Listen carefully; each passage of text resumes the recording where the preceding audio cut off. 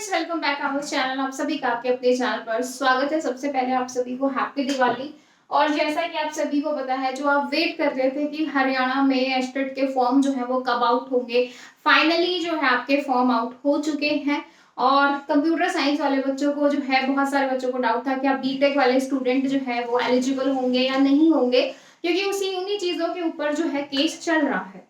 तो सारी चीजों को डिटेल में डिस्कस करेंगे। एस्टेट में फॉर्म्स जो है वो आपके आउट हो चुके हैं, लेकिन आप फॉर्म भर पाओगे 4/11/2024 से, यानी कि 4 नवंबर 2024 को आपका जो पोर्टल है वो ओपन हो जाएगा। 14/11/2024 10 दिन तक आपका पोर्टल ओपन रहेगा।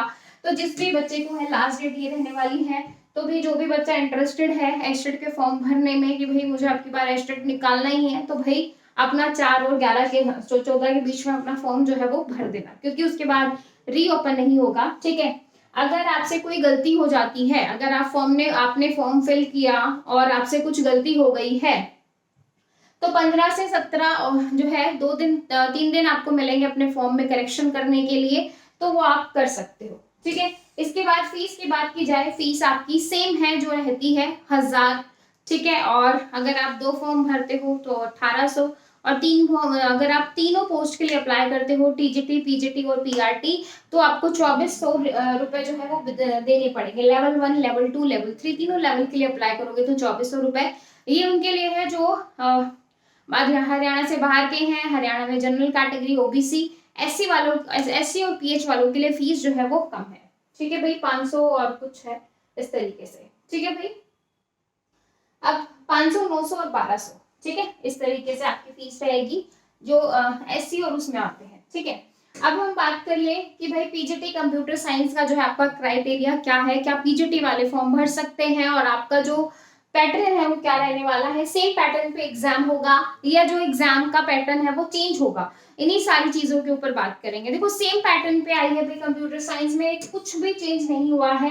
भले ही 2 साल से चीजें चल रही है, पर हरियाणा वालों को कुछ फर्क नहीं पड़ रहा है। अगर इन्हीं से क्राइटेरिया पे आप ले रहे हो, तो क्यों इतना लंबा केस चला रखा है, क्यों जो है कंप्यूटर साइंस का एग्जाम क्यों नहीं होने दिया जा रहा है, क्योंकि 2 पीजीटी भर्ती होने को जा रही है, लेकिन कंप्यूटर साइंस का एग्जाम नहीं हुआ है। चलो, हम अभी इस पे बात नहीं कर रहे हैं, हम बात कर रहे हैं एस्टेट वालों पे।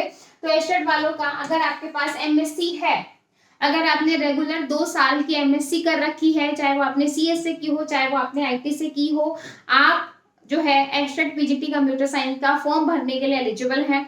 अगर आपने एमसीए किया है रेगुलर 3 इयर्स डिग्री के साथ, तो भी आप एलिजिबल हैं फॉर्म भरने के लिए। अगर आपने बीटेक कर रखा है सीएस या आईटी से, तो भी आप एलिजिबल हो पीजीटी का फॉर्म भरने के लिए।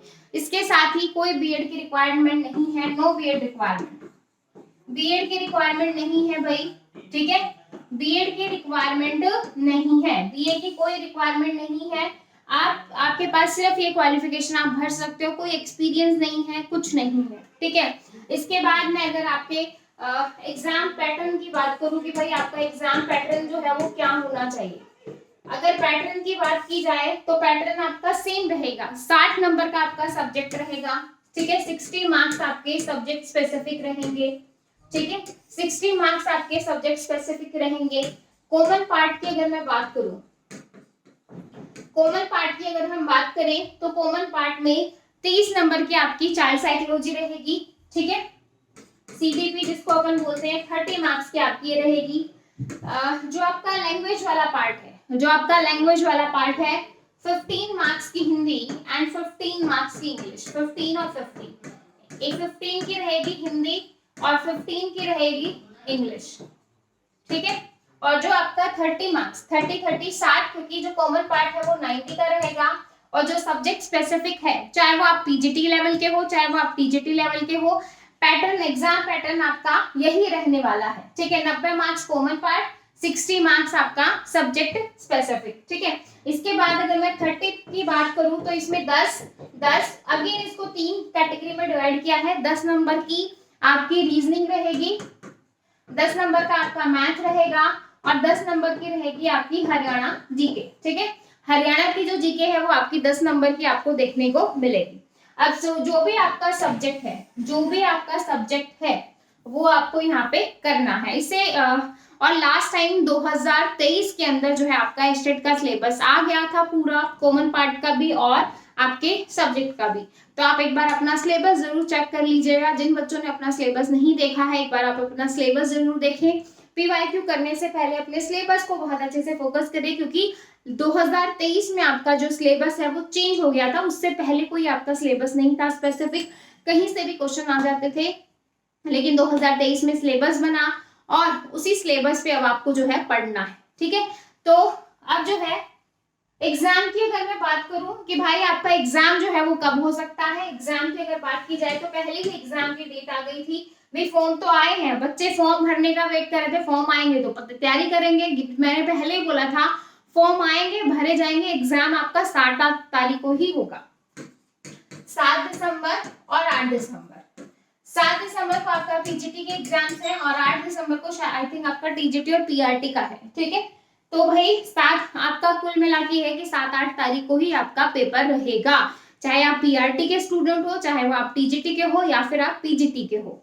ठीक है भाई, तो जिसको भी है कि भाई मुझे करना है तो अब सीरियस हो जाओ, क्योंकि इसके अलावा अब आपके पास दिन ही नहीं बचे। अगर आप अब आप अपना एक सिंगल दिन भी वेस्ट नहीं कर सकते। अगर आप करोगे तो आपका एस्टेट नहीं होगा, तो उसके लिए आप खुद ही जिम्मेदार होगे, क्योंकि आप खुद देखो आज हो चुकी है 1 नवंबर। ठीक है, अब दिवाली है, अब ये है, अब वो है, इन चक्करों में ना पड़े। अगर आप सीरियस हैं तो भाई अपनी पढ़ाई जो है वो शुरू कर दें, क्योंकि ज्यादा समय नहीं है। नवंबर के 30 दिन, ठीक है, नवंबर 30 का ही होता है, 31 का नहीं होता, जिसमें से आज का आधा दिन चला गया है। ठीक है, बचे आपके 7 तारीख को आपके एग्जाम है, तो 7 और 8 को तो आप इंक्लूड करोगे ही नहीं, बचे आपके 1 से 6। और ये जो 1 से 6 वाले दिन है, 1 दिसंबर से लेके जो 6 दिसंबर वाला जो टाइम है, उसमें आप सिर्फ अपनी रिवीजन करोगे, वो सिर्फ आपका रिवीजन टाइम है। ये जो टाइम है ये आपका सिर्फ रिवीजन टाइम है, इसमें आप एडिशनल ऐसा कुछ नहीं करने वाले कि भाई आप कुछ कर दो। ठीक है, इसमें आपका ऐसा कुछ नहीं होने वाला है।